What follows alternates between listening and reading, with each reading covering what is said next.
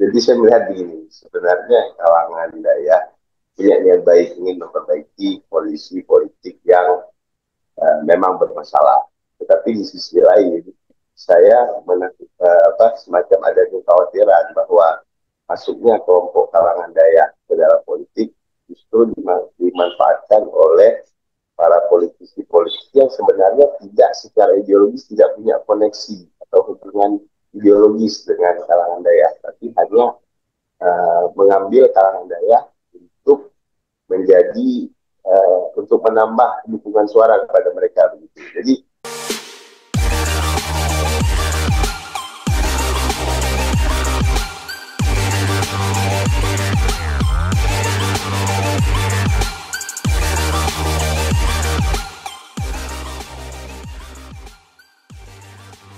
Eh, Assalamualaikum warahmatullahi wabarakatuh. Sahabat Sas Kreatif, hari ini kita berjumpa dengan Bang Jabal, ya. Beliau salah satu pemerhati perpolitikan dan juga pemerhati sosial di Aceh. Kita hari ini membahas tentang apakah benar, ya, Pilkada Aceh ini menjual agama atau menjual isu-isu dukungan dari ulama. Gimana Bang Jabal mengikuti perkembangan Pilkada Aceh ini, Bang? baik, jadi apabila kita melihat perkembangan pilkada, baik yang sekarang maupun di tahun-tahun sebelumnya, kita bisa dapat menyimpulkan bahwa memang isu agama masih menjadi satu isu yang penting dan signifikan di Aceh. Apakah itu jadi isu penentu atau tidak, kita belum tahu pasti, tapi yang jelas itu merupakan satu isu yang penting dan signifikan. Salah satu isu yang terkait dengan agama adalah soal pelaksanaan syariat Islam. Masalah penekanan soal pro syariat Islam ini setiap pasangan calon menjadikan isu ini satu isu yang menjadi satu satu isu yang sama-sama menjadi yang diperjuangkan, apakah itu perjuangan politik sebagai slogan ataupun memang perjuangan yang punya satu konsep strategis. Ini masih perlu dikaji kembali. Yang perlu kita garis bawahi bahwa isu-isu tentang agama masih signifikan di Aceh gitu. Nah, jadi Ya, menurut Bang Jabal melihatnya adalah masih termakan isu-isu ini, Bang. Sehingga apakah ini kan isu lama nih, Bang, yang setiap pilkada dijual kembali. Apakah termakan masih isu-isu ini sama konstituennya, Bang? baik, jadi begini, jika kita melihat pilkada Aceh kali ini, ada salah satu pasangan calon yang sempat mendeklarasikan bahwa mereka adalah pasangan ulama, yaitu kita sebut saja pasangan nomor satu Mustami Hamzah yang sebelumnya sempat berpasangan dengan Tengku Muhammad Yusuf Abdul Wahab atau Yusuf. Ini digadang-gadang sebagai pasangan ulama umara. Jika kita melihat komposisi dua calon ini, saya merasa agak sedikit riskan karena kenapa? Dua sosok ini bertemu pada saat-saat yang tidak direncanakan. Artinya jauh sebelumnya belum ada rencana untuk memasangkan dua calon ini. Tapi rencana memasangkan dua calon ini terjadi secara tiba-tiba dan secara sporadis gitu, dan terencana. Jadi di saat Tusuk gagal menjadi wakil mualim, Ustaz Hamzah mengambil kesempatan ini untuk menjadikan Tusuk sebagai wakil, yang mana ini punya konsekuensi elektoral yang besar yang diharapkan oleh kubu Ustaz Hamzah. Begitu dulu. Ya, kalau Abang melihatnya adalah karena ini ya jual bisa saja ya mendapat simpatisan atau misalnya ulama-ulama.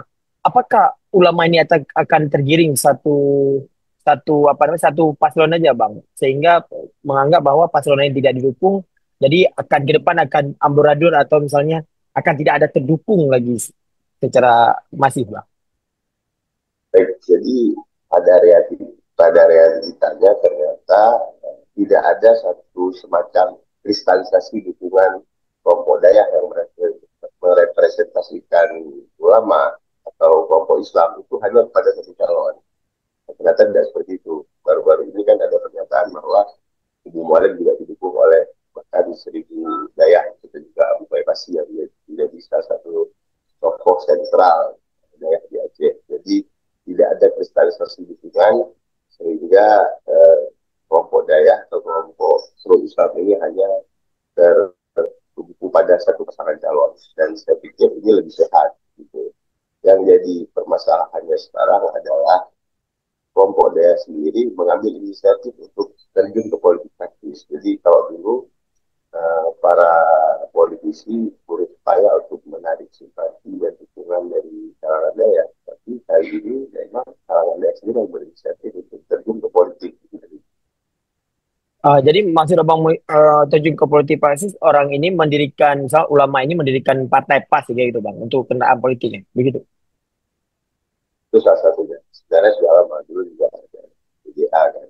Tapi yang saya ingin katakan bahwa mungkin ada suatu kondisi-kondisi yang tidak ideal yang oleh saya mereka melihat bahwa mereka harus mengambil kesempatan itu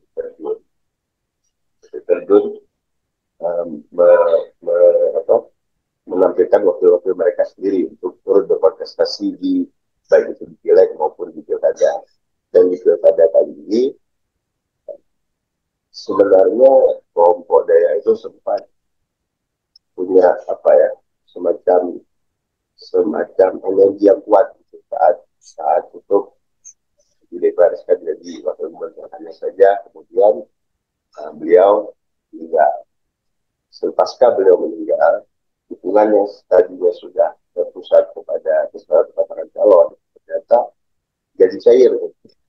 Nggak ada satu tokoh yang memang benar-benar bisa merepresentasikan daya melakukan seluruh kekuatan daya hanya tertumpu pada satu pasangan calon gitu.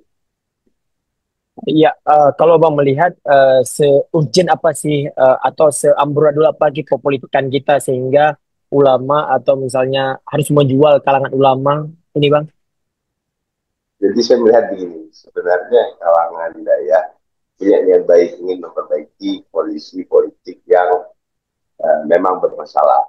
Tetapi di sisi lain, saya semacam ada kekhawatiran bahwa masuknya kelompok kalangan daya ke dalam politik justru dimanfaatkan oleh para politisi-politisi yang sebenarnya tidak secara ideologis tidak punya koneksi atau hubungan ideologis dengan kalangan daya, tapi hanya mengambil kalangan daya untuk menjadi untuk menambah dukungan suara kepada mereka begitu. Jadi yang terjadi adalah bukan suatu hubungan yang sifatnya ideologis yang terjalin sejak lama, tetapi justru hubungan ini dibangun di saat-saat yang saat-saat yang tiba-tiba dan dibangun dengan alasan-alasan pragmatis gitu. Itu yang kita takutkan akhirnya nantinya perjuangan kalangan daerah ini bukan malah bisa memperjuangkan ide-ide mereka yang idealis, tapi malah hanya terbangun dari relasi-relasi yang sifatnya hanya pragmatis gitu. Itu yang kita takutkan. Iya Bang, jadi kan kita melihat bahwa di grassroots ya di apa namanya konstituen yang paling dasar adalah yang satu menjual, ya kita bilang lah, Mualim Devan menjual perjuangan, masih menjual adalah pegang syariah dan lain-lain. Yang satu lagi adalah pendukungan ulama. Jadi yang kalau nggak dukung yang satu menjadi slogannya lah tidak mendukung ulama, tidak mendukung pilihan ulama. Kalau Abang melihat seberapa vulgarkah ulama mendukung Ombus dan apa Syekh Fadil sekarang ya yang ditusuk Bang? Seperti yang saya katakan tadi, dukungan ulama tidak sebesar di awal saat masih ada almarhum Kusuk. Jadi setelah tidak ada Kusuk yang menjadi tokoh representasi tunggal daya, dukungan dari daerah itu justru akhirnya tidak lagi mampu dia dikelola dengan baik oleh kami dari siapa dia saya lihat begitu. Jadi dulu mendukung kalangan daerah mendukungnya tusuk bang, bukan ombus jadi jatuhnya bang. Ya sebenarnya kalangan daerah ini bukan hadir untuk mendukung tembus, tetapi Hmm. mereka hadir karena ada memang tokoh yang berasal dari daerah itu usul. Dan perlu kita ketahui bahwa rencana awal hubungan yang pertama kali terbangun itu adalah hubungan antara Muhalim dan Yusuf, dan ini sudah dibangun sejak lama. Oke, saya katakan tadi bahwa hubungan yang dibangun antara Hamzah dengan Hidayah ini adalah relasi yang sifatnya pragmatis, bukan ideologis. Dan relasi ini berpotensi untuk putus di tengah jalan karena tidak dibangun berdasarkan ide, tapi karena momen-momen politik yang mengharuskan mereka untuk bersatu gitu.